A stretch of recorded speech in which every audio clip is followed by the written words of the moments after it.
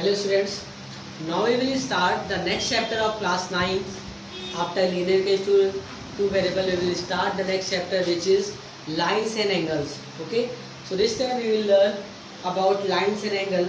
तो सबसे पहले इस वीडियो फर्स्ट वीडियो हम लोग बेसिक चीज़ें पढ़ने वाले हैं जो कि हम लोग लास्ट क्लास 9 में ऑलरेडी पढ़ चुके हैं. ठीक है, तो फिर से हम लोग उसको थोड़ा रिवाइज कर लेते हैं क्योंकि इसकी जो फर्स्ट एक्सरसाइज है वो बेसिक्स है जो कि हम लोग पीछे से पढ़ के आए हैं, उसी का यूज़ मैक्सिमम हो रहा है. तो फिर भी रिवीजन कर लेते हैं हम लोग. तो स्टार्ट करते हैं सबसे पहले category of angles, kind of angles, how many angles we have. तो अगर बात करें सबसे पहला जो एंगल होता है वो acute angle. Acute angle means ये एक रेंज है, इस पर्टिकुलर रेंज को हम लोग एक्यूट एंगल कहते हैं. सभी को पता होगा कि अगर कोई एंगल 0 से 90 के बीच में है ना, एक्यूट एंगल की रेंज क्या होती है, angle greater than 0 and less than 90. Means 90 से छोटा वाला जो एंगल होगा वो क्या कहलाएगा, if the angle less than 90 degree, if the angle less than 90 degree then we call the angle is acute angle. Okay, अगर इसको हम लोग ड्रॉ करें, ध्यान से देखो, इस पॉइंट पर अगर हम एंगल बनाना है एक्यूट एंगल, तो अगर एक ये लाइन बना, ये एंगल भी एक्यूट है, ये एंगल भी एक्यूट है, ये एंगल भी एक्यूट है, ये सारे के सारे एंगल कैसे एक्यूट, मतलब 90 से कम होना चाहिए. ठीक है. राइट एंगल एंगल क्या होता है, राइट एंगल इट मीन्स अगर एंगल राइट एंगल एक पर्टिकुलर एंगल है, एक्यूट एंगल एक रेंज है. एक्यूट एंगल में कई सारे एंगल एक्यूट कहला सकते हैं. अगर एंगल 65 है तब भी एक्यूट है, अगर एंगल 75 है तब भी एक्यूट है. तो एक्यूट एंगल के पास एक रेंज है, उस रेंज में जो भी एंगल आएगा वो एक्यूट कहलाएगा. बट राइट एंगल के पास कोई रेंज नहीं है. अगर एंगल 90 डिग्री है तो राइट एंगल है, अदरवाइज नहीं है. ठीक है. तो अगर राइट एंगल तब होगा जब एंगल क्या होगा 90 डिग्री, और 90 डिग्री इट मीन्स ये हमारा एंगल कितना है 90 डिग्री. इससे कम वाले जितने भी एंगल होंगे वो हमारे क्या होंगे, एक्यूट. 90 एंगल क्या कहलाता है, राइट एंगल एंगल. और 90 से अगर ज़्यादा हो, ऑब्ट्यूज की रेंज क्या होती है कि वो जो एंगल होगा वो 90 से बड़ा होगा और 180 से छोटा होगा. 90 से बड़ा होगा और 180 से छोटा होगा. तो ये एंगल क्या है, हमारा ऑब्ट्यूज एंगल है. ठीक है. तो अगर इसकी बात करें बनाने की, तो 90 से बड़ा इट मीन्स ये एंगल क्या है, 90 से बड़ा है. ठीक है. इसकी बात करें या इसकी बात करें, तो सारे के सारे एंगल कैसे ऑब्ट्यूज एंगल है क्योंकि ये 90 से बड़े हैं. ठीक है. और 180 से छोटे हैं. स्ट्रेट एंगल की जैसा राइट एंगल होता है, एक पर्टिकुलर एंगल राइट एंगल कहलाता है. जब 90 होगा तो राइट एंगल, सिमिलरली अगर एंगल 180 है तो वो राइट एंगल वो स्ट्रेट एंगल कहलाएगा. ठीक है. तो 180 मीन्स अगर यहाँ पे हमें एक ऐसी लाइन बनानी है जिससे एंगल पूरा 180 हो, तो वो ऐसी लाइन वापस ऐसी ही बनी. तो अगर हम यहाँ से चले और यहाँ पे आ गए तो वो एंगल कितना हो गया, तो टोटल एंगल कितना हो गया, 180 हो गया. ठीक है. ध्यान से समझना, 180 मीन्स ये पूरा एंगल, क्योंकि ये लाइन बढ़ रही थी 180 से, जब तक कम था तो वो एंगल कैसा था, ऑब्ट्यूज. और जैसे ही वो एंगल पूरा 180 हो गया तो एंगल कैसा हो गया, स्ट्रेट एंगल. स्ट्रेट एंगल का बहुत ज़्यादा यूज होने वाला है. ठीक है. स्ट्रेट एंगल मतलब वो एंगल जो फिर से एक लाइन बना दे. ठीक है. एक स्ट्रेट लाइन पे जो भी एंगल बनेगी, जैसे हम कहते हैं कि मेरे पास लाइन है, पूछे अगर इस पॉइंट पे कितना एंगल है, ये भी 180 है, इस पॉइंट पे कितना एंगल 180 है. तो जब भी जहाँ पे भी कहीं स्ट्रेट लाइन हो रहा होगा, स्ट्रेट लाइन बनना होगा, तो उस पॉइंट पे जो एंगल होगा वो 180 होगा. ठीक है. ये बहुत ध्यान रखना, आगे बहुत काम आने वाला है. रिफ्लेक्स एंगल मीन्स अब हम यहाँ से चल रहे थे, एंटी क्लॉकवाइज चलते हैं ना हमेशा. जब एंगल क्या था 90 से छोटा था तो एक्यूट. जब एंगल पूरा 90 हो गया तो कैसा हो गया, वो राइट एंगल. जब एंगल 90 से बड़ा हो गया लेकिन 180 से छोटा है तो कैसा हो गया, ऑब्ट्यूज. जब एंगल पूरा 180 हो गया तो कैसा हो गया, स्ट्रेट. अब रिफ्लेक्स करना है, तो रिफ्लेक्स मीन एंगल जो है वो हमारा किससे बड़ा होना चाहिए, 180 से ही बड़ा होना चाहिए. तो यहाँ से चल रहे हैं एंटी क्लॉकवाइज में, यहाँ से चले, ये पहले 90 आया, इससे और आगे बढ़े, ये 180 आया, 180 से और आगे बढ़ गए. तो यहाँ मतलब 180 से आगे जितने भी एंगल होंगे, अगर हम बात करें इस एंगल की या इस एंगल की या इस एंगल की, तो एंटी क्लॉकवाइज ये एंगल ये भी क्या है 180 से ज़्यादा है. अगर हम बात करें इस एंगल की तो ये भी क्या है 180 से ज़्यादा है. तो ये सारे के सारे एंगल क्या है 180 से ज़्यादा है. तो ये एंगल क्या कहलाएंगे हमारे, ये एंगल है हमारे रिफ्लेक्स एंगल, जो कि 180 से ज़्यादा होते हैं और 360 से कम होते हैं. ठीक है. कंप्लीट एंगल क्या होता है? कंप्लीट एंगल मतलब जिस पॉइंट से स्टार्ट होकर अगर वापस उसी पॉइंट पे चले जाए, पूरा एक सर्कल अगर कंप्लीट कर ले तो वो पूरा एंगल होता है 360। तो यहाँ पे हम कंप्लीट एंगल बता रहे हैं, ठीक है। अगर हम बात यहाँ पे एंगल बना रहे हैं तो यहाँ से चलना स्टार्ट किया मैंने एंटी क्लॉकवाइज, पहले 90 पहुँचे, फिर गए 180 पहुँचे, फिर 270 और वापस जाके फिर वहीं पहुँच गए। तो पूरा जब कंप्लीट एंगल चल गए, ये पूरा एंगल होता है आपका 360 डिग्री। तो कंप्लीट एंगल कितना होता है? 360। स्ट्रेट एंगल कितना होता है हमारा? पूरा 180 डिग्री क्या कहलाएगा? स्ट्रेट एंगल कहलाएगा, ठीक है। अब 180 से ज़्यादा, 360 से कम, रिफ्लेक्स एंगल की रेंज भी लिख देते हैं यहाँ पे। ये जो एंगल होगा ये 360 से छोटा होगा और हमारा ये 180 से बड़ा होगा, ठीक है। तो ये तो हमारा कैटेगरी होगी एंगल की, क्योंकि हमें समझ में भी आना चाहिए। ये सबसे ज़्यादा इंपॉर्टेंट चीज़ ये सभी को याद रहता है, लेकिन यहाँ समझने में भूल जाते हैं कि कितना एंगल 90, कितना 180, कितना 360। तो ये बहुत इंपॉर्टेंट है, इसलिए डायग्राम में मैंने साथ साथ समझा दिया है। एंगल हमेशा एंटी क्लॉकवाइज मेजर किया जाता है, तो जैसे यहाँ से देखो हर सवाल में यहाँ से स्टार्ट हो रहा था एंगल में, ठीक है। तो ये हो गया आपका। उसके बाद अगर हम बात करें नेक्स्ट क्वेश्चन की, जिससे हम लोग लास्ट क्लासेस में पढ़ चुके हैं, ठीक है। कॉम्प्लीमेंट्री एंगल की बात करें, ठीक। अभी तक हमने जितने भी एंगल पढ़े हैं ये एक बार में एक एंगल को रिप्रेजेंट करते हैं। अगर हमने कहा कोई एंगल 65 है तो हम उसकी कैटेगरी बता देते हैं वो एक्यूट है। अगर कोई एंगल 280 है तो उसकी कैटेगरी बता सकते हैं, क्योंकि वो 180 से ज़्यादा है, 360 तो रिफ्लेक्स है। तो ये जो एंगल है ये एक बार में एक एंगल को रिप्रेजेंट करते हैं, जबकि कॉम्प्लीमेंट्री एंगल और सप्लीमेंट्री एंगल, ये एंगल जो होते हैं ये पेयर ऑफ एंगल्स होते हैं, ये नॉट अ सिंगल एंगल। ये complementary supplementary angle is about 2 angle. ये 2 एंगल की एक साथ जब बात की जा रही हो तो वो एंगल्स कहलाते हैं सप्लीमेंट्री और कॉम्प्लीमेंट्री एंगल। जैसे हम बात करें कॉम्प्लीमेंट्री एंगल की, तो ऐसे 2 एंगल, कॉम्प्लीमेंट्री एंगल मीन्स ऐसे 2 एंगल, हमने मान लिया पहला एंगल अगर थीटा है, थीटा 1 और दूसरा थीटा 2 है, तो ऐसे 2 एंगल जिनका सम अगर 90 है तो वो दोनों एंगल क्या कहलाते हैं? दोनों एंगल क्या कहलाते हैं? Complementary angles. तो मैंने क्या कहा था? Complementary angles is not about a single angle, it's about 2 angles. ये 2 एंगल की एक साथ बात करेगा। तो ऐसे 2 एंगल जिनका टोटल सम करने पे अगर 90 आ रहा है सॉरी, तो वो दोनों एंगल जो है वो हमारे कॉम्प्लीमेंट्री एंगल कहलाएंगे, ठीक है। तो कॉम्प्लीमेंट्री एंगल तो ये दोनों हो गए यहाँ पे। अगर थीटा 1 थीटा 2 को जोड़ के 90 आ रहा है, इट मींस थीटा 1 भी कॉम्प्लीमेंट्री एंगल है, थीटा 2 भी कॉम्प्लीमेंट्री एंगल है। लेकिन इसमें एक इंपॉर्टेंट कंसेप्ट है, एक इंपॉर्टेंट लाइन है, स्टेटमेंट जो आपको समझनी है। अगर हमसे पूछे जाए थीटा 1, अगर हमसे पूछे जाए कॉम्प्लीमेंट ऑफ थीटा 1 बताओ, ठीक है। तो कॉम्प्लीमेंट ऑफ थीटा 1 अगर हमें बताना है तो थीटा 1 का कॉम्प्लीमेंट क्या होगा? जैसे हमने कहा 2 एंगल है मेरे पास, एक 30 है और एक 60 है, दोनों क्या है? कॉम्प्लीमेंट्री एंगल्स हैं, ठीक है। इनका सम करने में 90 आ रहा है। तो अगर पूछे जाए 30 का कॉम्प्लीमेंट क्या है, तो 30 का कॉम्प्लीमेंट मीन्स 90 से जो बचा हुआ 90 माइनस 30 कर दो तो कितना आ गया? 60। तो 30 का कॉम्प्लीमेंट कितना है? 60। उसी तरीके अगर थीटा 1 का कॉम्प्लीमेंट पूछेंगे तो वो कितना हो जाएगा? थीटा 2, जिसको जोड़ के 90 आ रहा हो। या आप सीधे ये भी लिख सकते हो कि 90 माइनस थीटा 1, या तो ये लिखो, ठीक है। तो कॉम्प्लीमेंट ऑफ थीटा 1 क्या हो जाएगा? 90 माइनस थीटा 2। अगर इसको यहाँ सिंपली थीटा 2 भी लिख सकते हैं, क्योंकि यहाँ पे 90 माइनस थीटा 1 कितना होगा? थीटा 2 होगा, ठीक है। या हम लोग यहाँ पे इसको थीटा 2 भी लिख सकते हैं, ठीक है, और करके, या तो ये या तो और करके थीटा 2। ये क्या है? 90 कॉम्प्लीमेंट है थीटा 1 का। अगर कॉम्प्लीमेंट ऑफ थीटा 2 पूछेंगे तो उसको या तो हम लोग थीटा 1 बोले या तो हम बोल दें 90 माइनस थीटा 2। इस चीज़ को यहाँ समझने की जरूरत है। हम एग्जाम्पल लेके बता रहे हैं कि अगर हमने उनसे कहा एक एंगल, 2 एंगल है मेरे पास जो कि कॉम्प्लीमेंट्री एंगल्स हैं, उनमें से एक एंगल अगर 30 है तो दूसरा एंगल क्या होगा? ऑब्वियस सी बात है, अगर दोनों एंगल कॉम्प्लीमेंट्री हैं तो दोनों का सम 90 होना चाहिए। उनमें से अगर एक भी पता है हमें तो ऑलरेडी हम अपने आप दूसरा वाला निकाल लेंगे, ठीक है। तो अगर एक एंगल 30 है और दूसरा वाला, अगर दोनों एंगल कॉम्प्लीमेंट है, कॉम्प्लीमेंट्री एंगल है, तो एक एंगल 30, दूसरा कितना होगा? 90 माइनस 30, दूसरा कितना होगा? 60।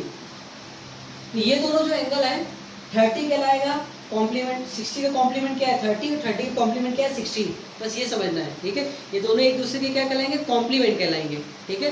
कॉम्प्लीमेंट्री एंगल्स मतलब 2 एंगल जिनका सम 90, और वो दोनों एंगल एक दूसरे के क्या कहलाते हैं? कॉम्प्लीमेंट कहलाते हैं।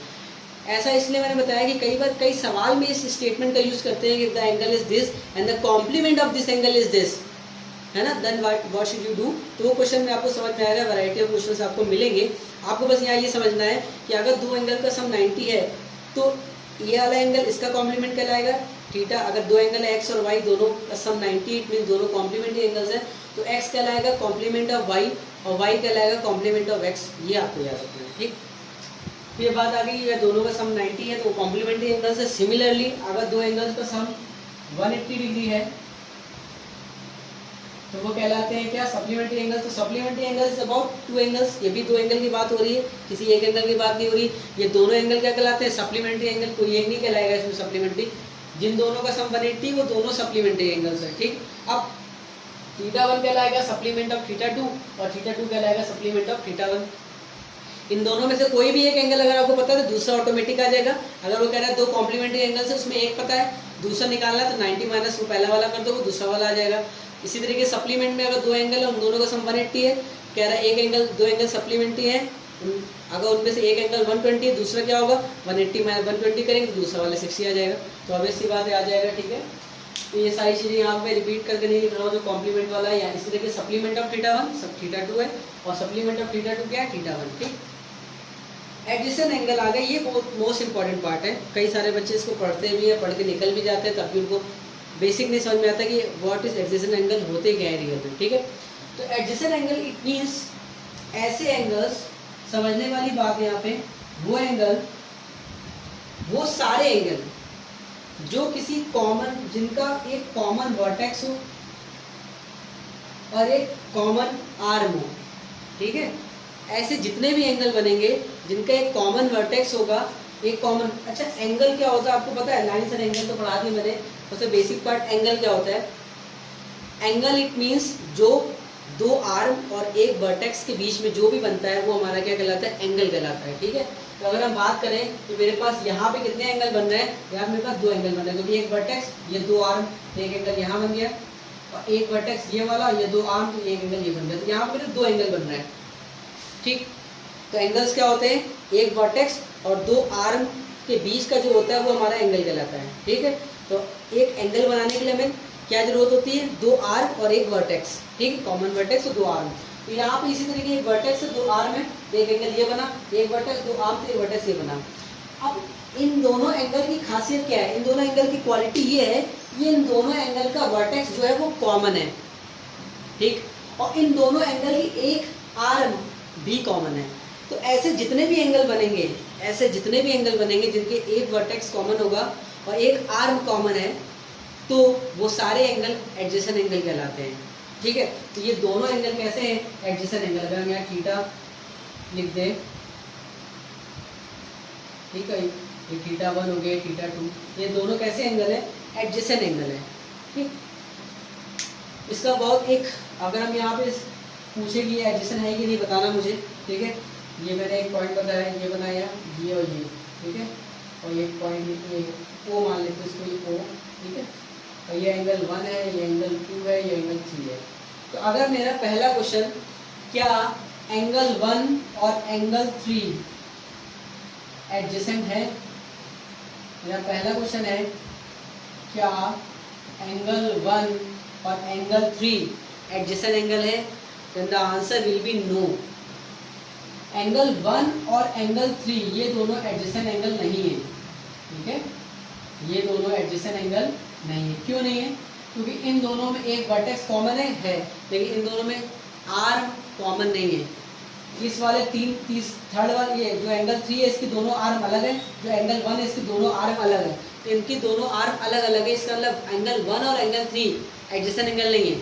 अगर हम कहें कि एंगल 1 और एंगल 2 एडजेसेंट है, तो यस, एंगल 1 और एंगल 2 एडजेसेंट है, क्योंकि इसमें एक आर्म कॉमन है, ठीक है, ये दोनों एडजेसेंट है, उसमें ये आर्म कॉमन है। तो एडजेसेंट एंगल क्या होते हैं, एडजेसेंट एंगल मींस ऐसे जितने भी एंगल जिनमें एक आर्म कॉमन हो, जिनके बीच की एक कॉमन वर्टेक्स हो और एक कॉमन आर्म हो, तो वो सारे एंगल एडजेसेंट एंगल कहलाते हैं, ठीक। जैसे ये हो गया।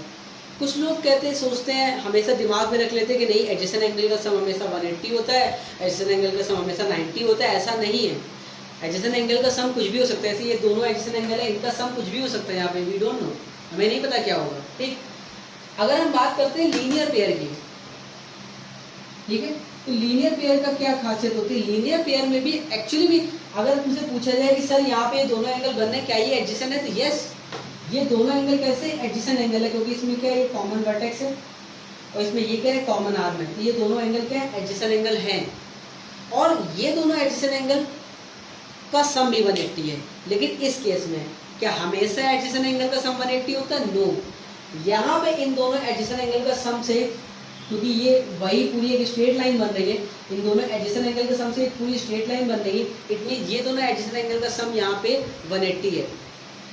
ठीक है, तो इसी को हम लोग लीनियर पेयर कहते हैं। लीनियर पेयर मतलब ऐसे दो एंगल्स जिनको ऐड करने पे पूरी स्ट्रेट लाइन बन रही है, मतलब उनका सम 180 हो रहा है, इसलिए हम उनको क्या कहते हैं, लीनियर पेयर भी कहते हैं। ठीक है, सर कहेगा सर सप्लीमेंट्री एंगल्स कहते थे, अगर दो एंगलों का सम 180 होता है उनको सप्लीमेंट्री भी कहते हैं। हाँ कहते हैं, और यहाँ पे भी अगर इन दोनों का सम 180 तो सप्लीमेंट्री भी कहलाएंगे। लेकिन हमें लीनियर पेयर को ऐसे समझना है कि ऐसे दो एंगल जिनका ऐड करने पे एक लाइन बन रही हो तो वो लीनियर पेयर कहलाते हैं।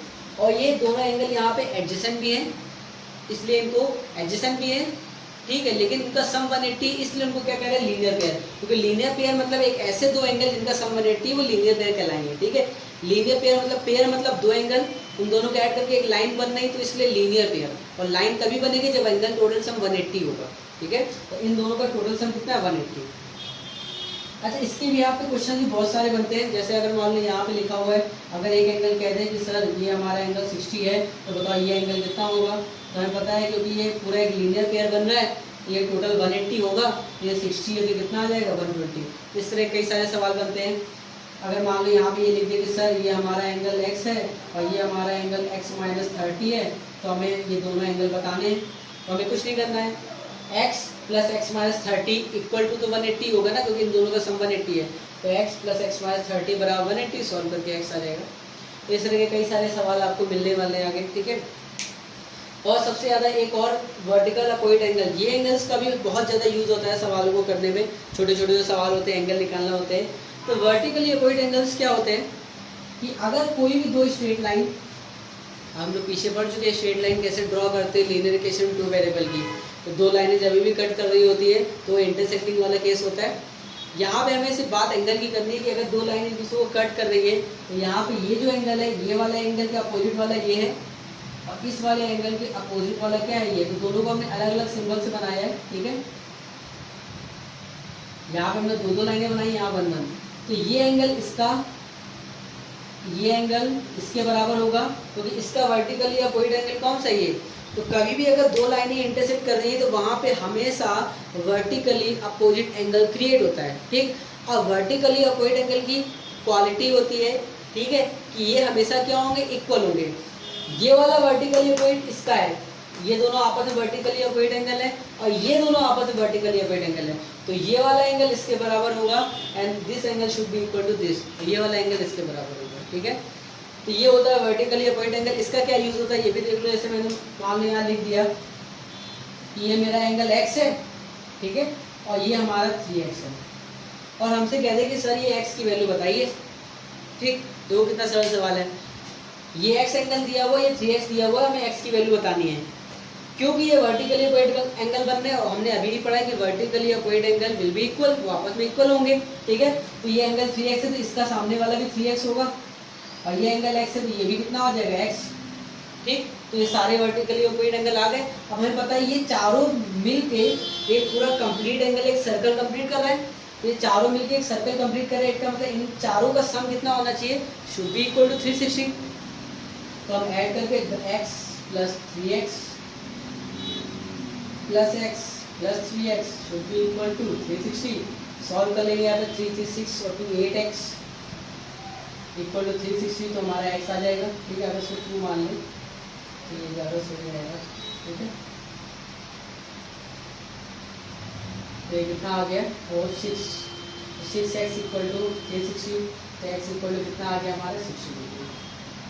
ठीक है, तो इस तरह के कई सारे सवाल आपको प्रॉपर्टीज़ का यूज़ करके मिलेंगे। सबसे ज़्यादा यूज़ क्या होता है, जैसे यहाँ पे इस तरह के सवाल काफ़ी मिलेंगे, इस तरह के सवाल काफ़ी मिलेंगे।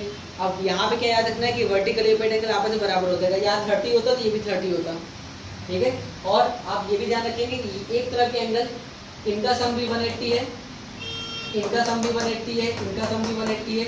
ये जो लाइन के एक तरफ वाले एंगल होते हैं, किसी भी लाइन को पकड़ लो, अगर आपने इस लाइन को पकड़ा तो इनके दोनों तरफ के इनका सम भी 180 है, इनका सम भी 180, क्योंकि ये लीनियर पेयर है यहाँ पे। इनका सम 180 होता है ना एक लाइन की तरफ, ठीक है। तो इनका और इनका सम कितना होगा 180, इनका सम 180 ऐसे, इनका सम भी 180, इसका सम भी 180, इसका सम भी 180, इसका सम भी 180। तो लीनियर पेयर्स का सम 180 है। सारी प्रॉपर्टीज का यूज करके हम लोग सवाल करते हैं और बहुत इजीली सवाल हो जाते हैं। Okay, so this is what then the next some more question we will discuss in our next video. Okay, bye.